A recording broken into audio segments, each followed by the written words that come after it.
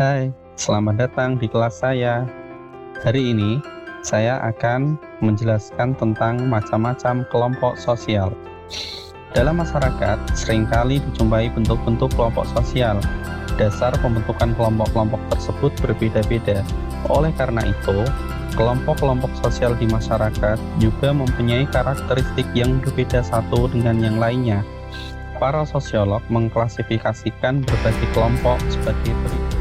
Berdasarkan hubungan antar anggota, Charles Horton Foley mengemukakan bahwa berdasarkan hubungan antar anggota, kelompok sosial dibedakan menjadi dua macam, yaitu kelompok primer dan kelompok primer adalah kelompok sosial yang memiliki hubungan saling mengenal dan memiliki perasaan kebersamaan.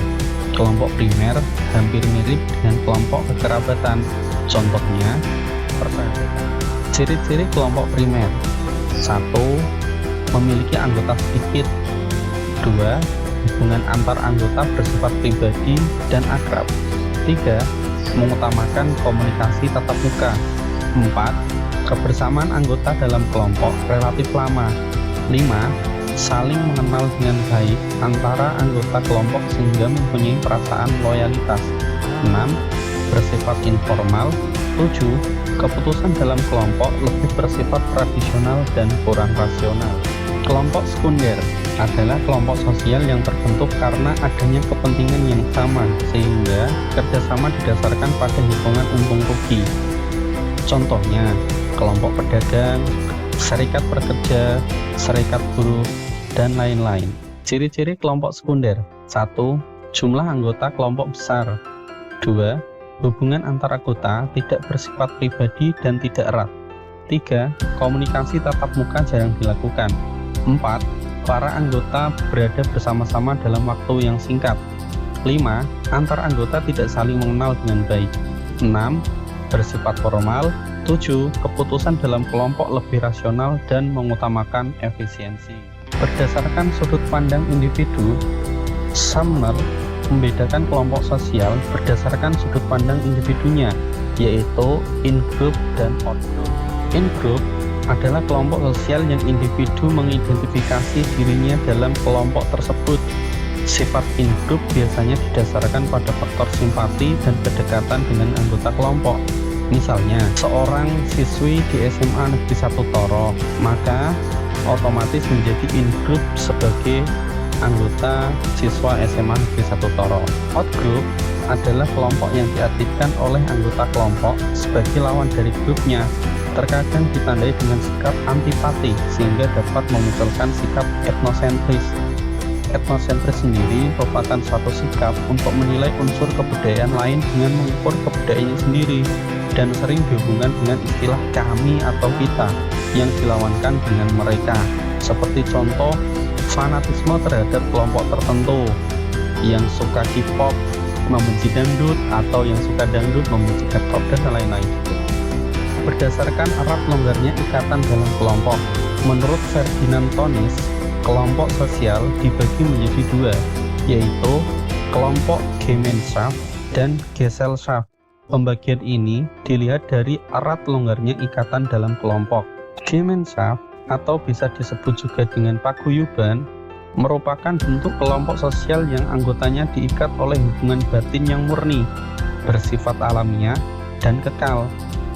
Ferdinand Tönnies mengemukakan ciri-ciri Gemeinschaft, yaitu hubungan antar anggota bersifat menyeluruh dan mesra.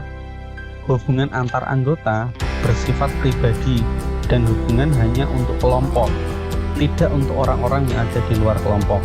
Gemeinschaft sendiri atau paguyuban mempunyai tiga bentuk. Yang pertama, Gemeinschaft by blood, yaitu bentuk kehidupan bersama yang anggotanya diikat oleh hubungan darah atau keturunan, misal keluarga dan kelompok kekerabatan. 2. Gemeinschaft of place, yaitu bentuk kehidupan bersama karena berdekatan tempat tinggalnya, sehingga dapat saling menolong dan saling membantu, misalnya RT dan RW. Yang terakhir, Gemeinschaft of mind, yaitu bentuk kehidupan bersama yang terjadi karena mempunyai jiwa dan pikiran yang sama atau ideologi yang sama. Seperti contohnya adalah partai politik, kumpulan, pengajian, dan sebagainya. Gesellschaft atau patembayan merupakan kelompok yang didasari ikatan lahiriah yang jangka waktunya terbatas. Dalam Gesellschaft terdapat hubungan perjanjian yang berdasarkan ikatan timbal balik, misalnya ikatan antar pedagang dan organisasi buruh pabrik. Orang-orang yang termasuk hubungan Gesellschaft pada dasarnya mempunyai kepentingan-kepentingan pribadi di atas kepentingan kelompok. Sementara itu, unsur-unsur kehidupan lainnya hanya merupakan alat. Berdasarkan sistem hubungannya, kelompok sosial dibedakan sebagai berikut. 1. Kelompok formal.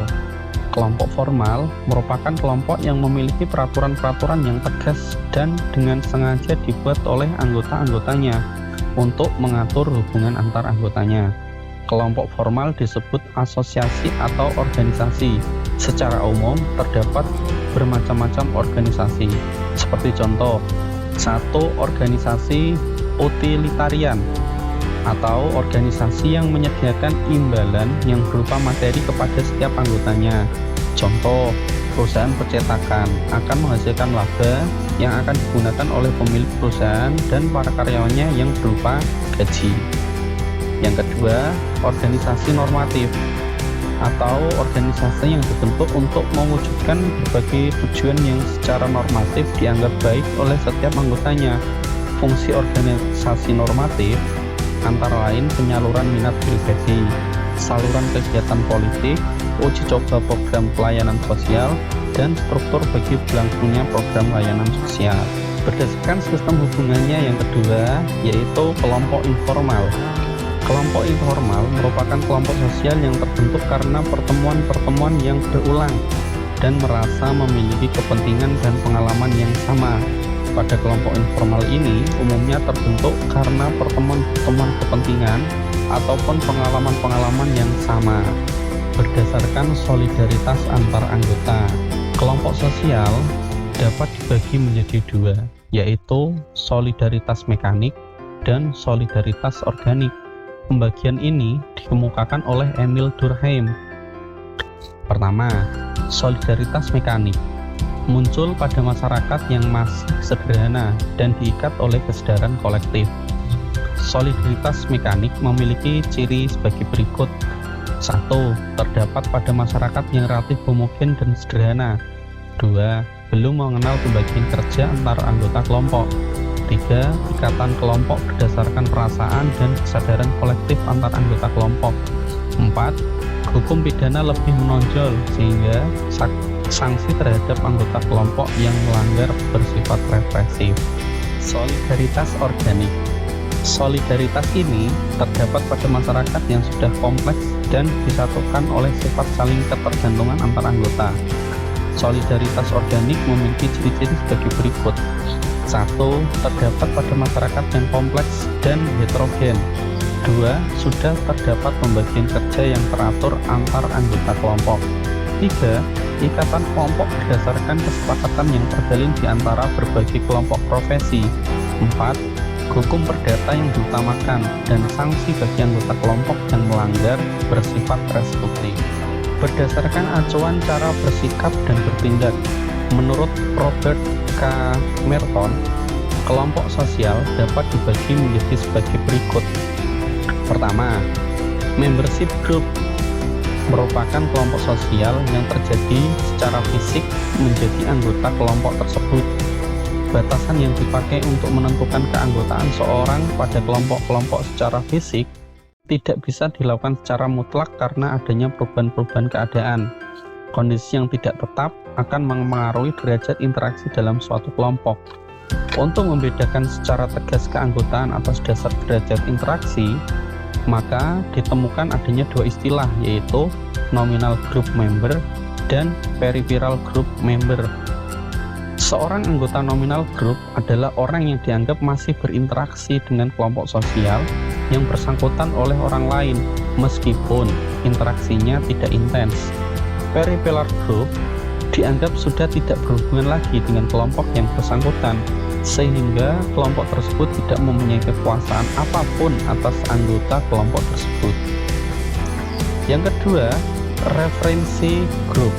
Referensi grup merupakan kelompok sosial yang menjadi acuan dalam perilaku maupun mengembangkan kepribadian para individu yang tidak tercatat secara fisik dalam keanggotaan kelompok tersebut.